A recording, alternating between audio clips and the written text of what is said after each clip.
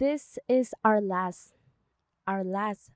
very last episode of the 7 habits of highly effective people. And we're going to be covering habit number 7, our final habit. And habit number 7 says, it's important that you sharpen the saw before. Well, this is habit number 7. So after you've done habit number 1, 2, 3, 4, 5, 6, 7 is sharpen the saw. And in order for you to understand this, I want to share a story that happened in the 18th century, maybe 16th century, because I made it up, but or I heard it somewhere. But basically, there was this kingdom on a very, very like far, far away, and this king was so excited because his daughter was gonna get married for like he was she was gonna get married, and he was so excited that he planned everything out. Like everything was so perfect, everything was so ready until he realized that there was no wood. Wood for what? He needed wood to make the chairs, not him, because he is the king, right? But he needed chairs. So he forgot the very important thing of a wedding, like chairs. So he got so he kind of panicked a little bit. He was like, what is this? Like, I need chairs. But since he's a very responsible and very smart king, he was like, I'm gonna get two of my best men, and whoever gets me the wood first, whoever chops down a tree first, will get a reward, will get money, and will maybe become a millionaire in that time. So that's what he did. He recruited two of his best men, and he was like, I need this, I need wood. I need my tree down by 3 p.m. on Thursday. It was, I don't know what day it was, but it was urgent. So men 1 and men 2 went to the forest. They were like, okay, we're gonna do it fast, and I'm gonna try to beat you. And men 1, the first thing that he did, he started chopping down the tree. He started sewing down the tree. He was like, you know what? I'm gonna do this fast, and I'm gonna beat man number 2. And he did. Was he was really passionate about it. He went all out. He was like, you know what? This money is gonna be mine. I don't care if I'm gonna have to fight everyone. This money is gonna be mine. And he didn't stop. It was a non-stop. See, so he continued on sawing down the tree, like trying to like chop it down. And he noticed that his competitor, man number 2, wasn't doing anything. Like, in fact, he was just sitting down. So he's kind of noisy. So he kind of went to check on him, like, hey, are you okay? Like, what's going on? Like, aren't you supposed to be like chopping like down the tree? Come on. And then man number 2 looked at him and said, I'm sharpening my saw. Before doing anything, I'm sharpening my saw. Don't worry. I know that if I sharpen my saw, I'll be able to get it before you do. So man number 1 went back to his place. He was like, this guy is crazy. I'm gonna continue doing my work because that money is gonna be mine. 4 hours later, the guy, man number 2, had already accomplished the task and was on his way to the castle. Moral of the story is that the importance of sharpening your saw. You can be working hard hours. You can be doing a lot of things. You can be I don't know, grinding, whatever. But if you don't come back to your biggest tool, to your biggest asset, that it's you are your biggest asset. You are your biggest investment. If you don't focus on you, and if you don't compromise yourself every single day to show up for you, then you will destroy the most important tool that you have, which is yourself. If you focus on you, and if you develop habits, mental habits, physical habits, spiritual habits, social habits, this will impact, this will make your life better. Because at the end of the day, like I've mentioned all the time, and I start to believe this idea. Like I this idea is ingrained in my heart, is that you are your biggest asset, and if you don't function, if you don't work, if you are not showing up for yourself, you are dying. Dying, because if you depend on the outside world to help you out, it won't come. It won't come. You are able to give yourself the answers that you need, the peace that you need, even the love that you need. Like I'm learning about all of this, and it's crazy how you can unleash the power within you just by investing in yourself. And that's what Stephen Covey talks about. He talks about four areas that we should focus on. Number one, oh, number one, physical. Renewing our physical. I'll tell you about it later. Number two, it's spiritual. Number three, it's mental. Number four, it's social. Let's start with physical. The importance of focusing on your physical, like your vessel. This is your vessel. Habit number seven reminds us about the importance of taking care of your vessel, your physical. How do you do this? You do this by exercising, by releasing those endorphins every single day. Every single day, or allows you to connect with something bigger than yourself, allows you to test your willpower, allows you to release those negative emotions. Anytime I'm working out, either through dance or like weightlifting, I feel so refreshed because I release those negative thoughts, I release those negative emotions, and I'm able to give myself to my friends, to my family, to you guys at a better with a better mental state, because I already released all those negative things that are sucking me down. You know, the power of releasing endorphins, which is what exercise does. You release endorphins, and there's a lot of ways that you can release endorphins. It doesn't have to be through weightlifting. You can dance, hike, run, go for a walk on a nature. Like, I think it's important that you enjoy what you do, because if you don't enjoy it, it's just gonna be another task. And there's nothing fun about like just accomplishing tasks. Like, you gotta enjoy it. You gotta enjoy it and look forward to it every single day, because that's how you show consistency too. Like, it's something that you like, and it's something that like makes you happy. No one's forcing you to do it. So don't fall don't fall don't think that all you need to do is go to the gym because that's all you see. And I talk to my friends about it, because some of my friends don't like to like lift lift weights, but they still do it because they just think everyone should do it. So you don't have to do it. It's just a way that people connect, a cheaper way, because if you're trying to do dance, it's more expensive than weightlifting. So just think about it. But basically, the importance of endorphins.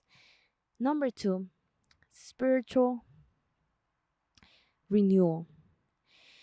And by spiritual, it doesn't mean that you have to be religious. No, no, no, no, no. It's not talking about this. When I read this, I was like, oh, it's gonna be about religion. No, no, no.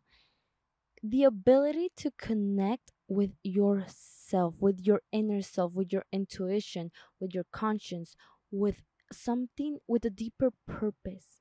The ability to know and to realize that you have a deeper purpose, give life meaning, connect with your senses, with who you are, your essence.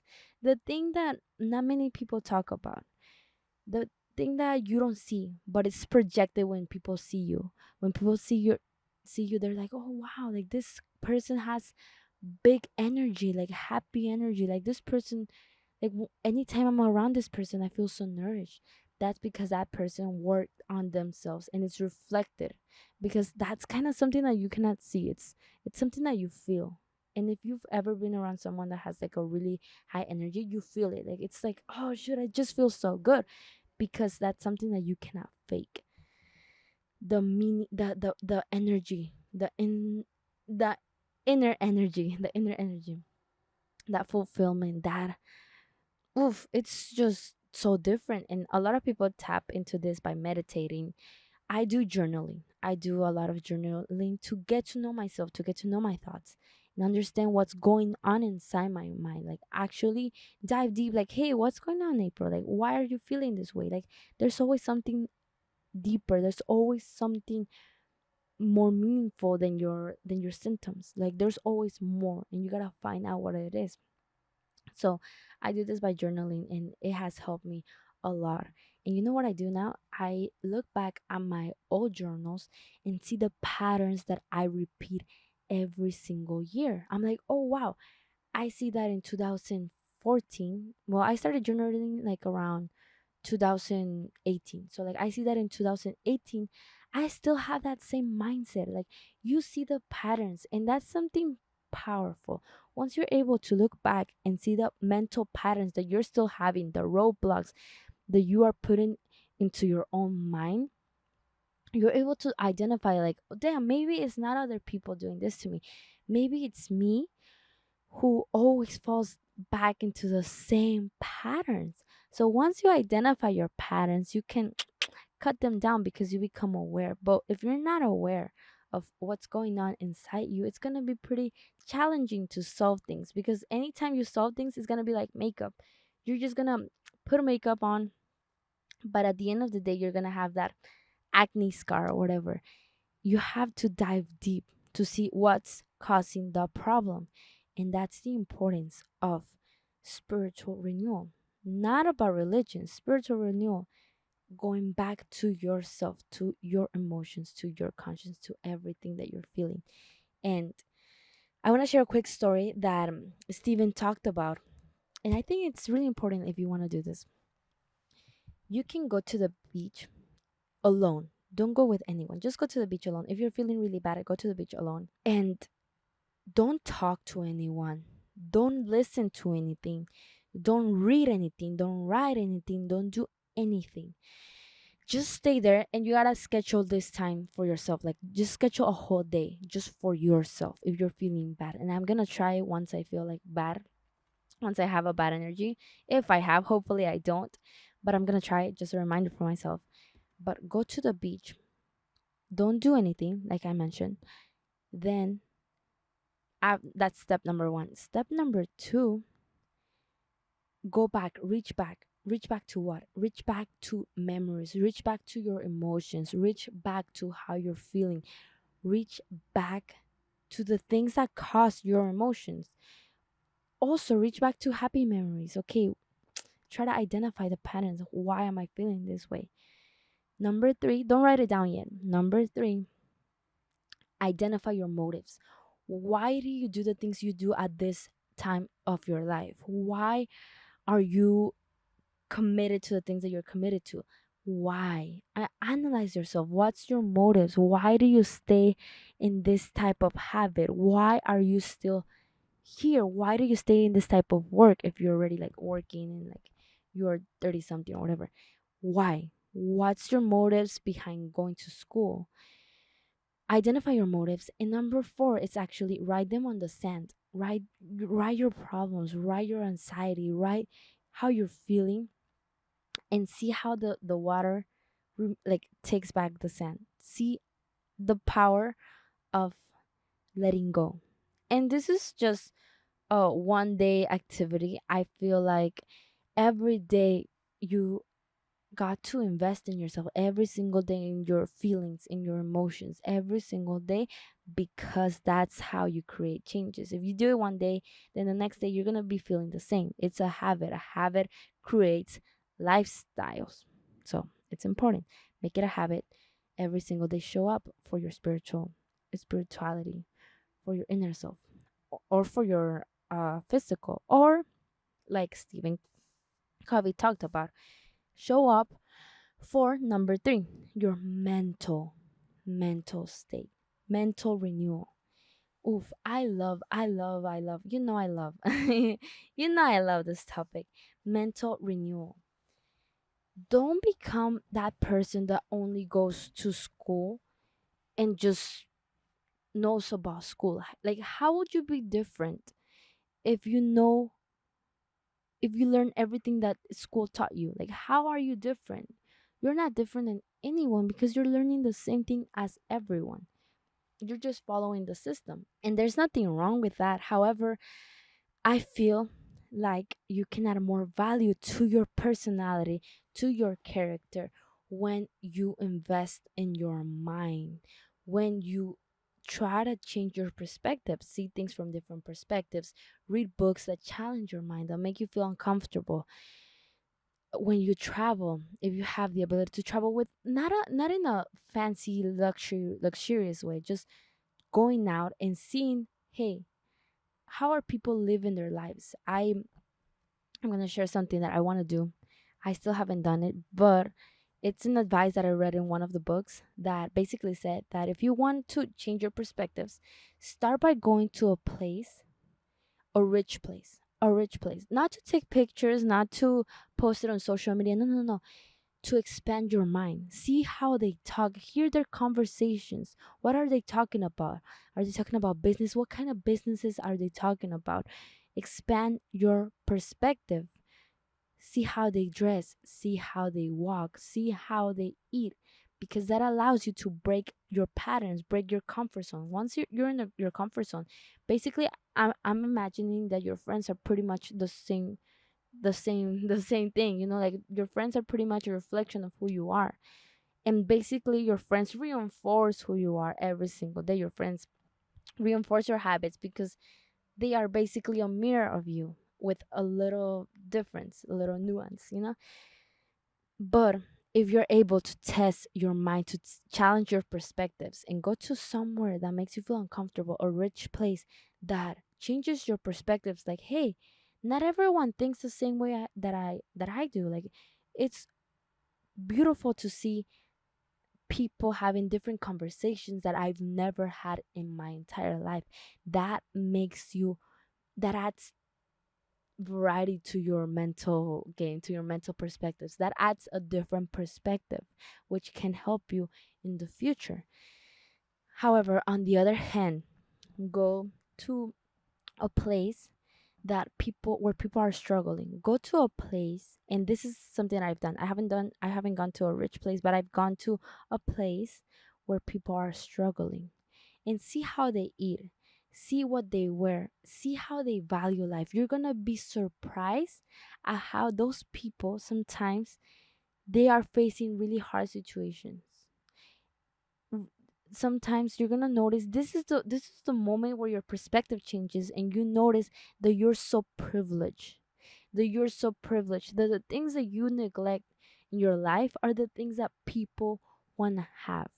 And when you actually step into their shoes, you realize, hey, my world isn't just this. Like, there's more to me. I can contribute. Like, there's a lot of new perspectives when you get a lot of new insights when you put yourself in those positions, when you challenge your beliefs, when you challenge your routine, when you get out of your little life, of your little routine, and actually try to understand different perspectives, understand the people who are struggling, and understand people who are making businesses, because that gives you a better understanding of life overall, and you're not stuck in your bubble of this is how life is and this is how life works. No, no, no. You're able to see life differently, and that's powerful. That gives you more, first of all, gives you more character awareness, conscience, and growth, mental growth. And like I said, a lot of ways you can do this: reading, writing. I said this, I love writing. uh Having new conversations, putting yourself out there. Mental, oof, the power of focusing on your mental health, of your mental renewal every single day, because this mind can either break you or make you. This mind can make you stronger or it can really F you up. Trust me, I've done it from experience. If I don't work on my mind every single day, personally for me, my mind goes back to its same habits, which aren't the best. So, since I just started this journey, like, I actually started committing to my mental renewal since quarantine, since my junior year of high school. I started committing to this. So I don't have a lot of time in this. Like I've known this knowledge before, but I've actually started committing my junior year of high school. So that has been what, like 3 years. Hold on. Junior, senior, freshman. Yeah. It has been 3 years of commitment to my mind. That's not a lot. I'm 19, so it's less than half. Like it's less than 10%. Well, I don't know if it's 10%, but you know what I mean. So if I don't declutter my mind, I know that the dust is gonna come into my life. So for me, I have to prioritize my mental stability. I have to prioritize my mental growth every single day because my mentality has helped me grow. But there were times where my mentality f me up. So that's mental growth. That's mental renewal. Number 4, our last one. It's basically the things that we cover on habit 4, 5, and 6. The ability to renew your social life, social renewal, and add everything that you learn from habit 4, 5, and 6, plus the ability to value meaningful connections, value friendships that bring you value into your life, and also be loyal, have integrity with your relationships, every single relationship, your friends. And this is something that I want to apply into my life because I've noticed the big effects, the powerful effects, the positive effects that this has into my life, into the life of my friends. The ability to be loyal and have integrity with your word. When someone's not there and someone's talking bad about your friend, protect them at all costs. What would you want your friends to do? Protect you, protect your persona, protect who you are. You wouldn't like to you wouldn't like for them to just stay there and be quiet and not say anything about you. No, no, no. The importance of being loyal to your friends when they are not around, that's powerful. That's powerful, and that teaches you and that teaches me that hey, a friendship is something that you gotta take care of every single day. Nourish it, because like everything, if you don't nourish it, it destroys. It becomes, it doesn't it you take away the beauty from it if you don't nourish it every single day. That was pretty much it. That was all the 7 habits. I definitely learned a lot about relationships. I think that this book taught me a lot about relationships and how to approach them. I feel like that's the new insight that I got from this book, because habit 1 and 2 and 3 was something that I kind of read very often in different books, but habit 4, 5, and 6, mainly 4 and 5, really helped me understand this concept. But at the end of the day, what habit number 7 wants to say is that whatever is not growing, it's dying. Like if you see the plants, if you see nature, the world, either a plant grows or a plant dies.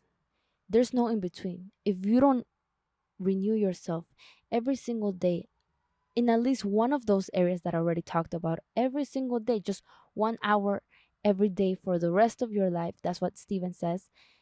If you don't do this, you are going to face really negative consequences. If you don't focus on your mind, your spirit, your physical body, or whatever, your social life, you will you will pay a really high price. So whatever's not growing, it's dying. Are you nurturing your mind, or are you conforming to your beliefs? Are you being creative, or are you just accepting things as they are and not questioning things? The importance of your beliefs, the importance of growth, the importance of showing up every single day, whatever that may be for you. That can be fitness, that can be anything, but the importance of showing up for yourself and realize that you are your biggest investment. You are your biggest asset. You are your biggest tool. Like without you, your life doesn't function.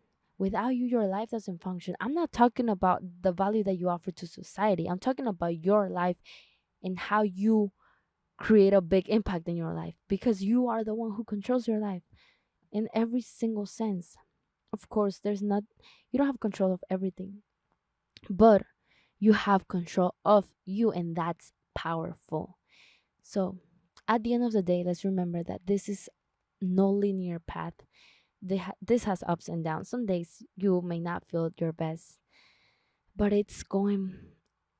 What matters is that you go back to you. You go back to what matters to you. You go back to your values. You go back to working on yourself.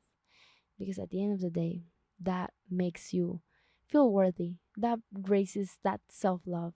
That makes you feel special, I guess.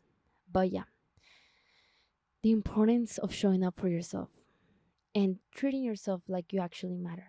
Because you can say, "Oh yeah, I matter," but when it's hard, when it's challenging, when you don't have enough proof that you gotta show up for yourself, when you don't have the results aren't showing, that's when you show how you matter to yourself. That's how you show the love that you have for yourself. But with that being said, I'll see you around next week. It's gonna be my week where I'll talk about my things that I want to share with you. It's not gonna be based on a book, it's just gonna be based on my experience. I don't know, I'm still trying to figure it out, but I'm pretty excited because it's just gonna be me talking to you, nothing in between. Okay, no nothing, no specific topic about a specific subject. It's just whatever comes out, and I'm gonna make it worth it. Okay, hug yourself, hug that crazy chaos of yours, that chaotic living being that it's inside you. Love it, love it, love it. If you don't love it and you can change it, then change it. And if you cannot change it, then accept it, because at the end of the day, it's you. It's easier said than done, but we're on the process of figuring it out. Okay, take care. It was a pleasure being with you like always. I enjoy this. It makes me so, so happy. So happy. Thank you for this time, and thank you for everything.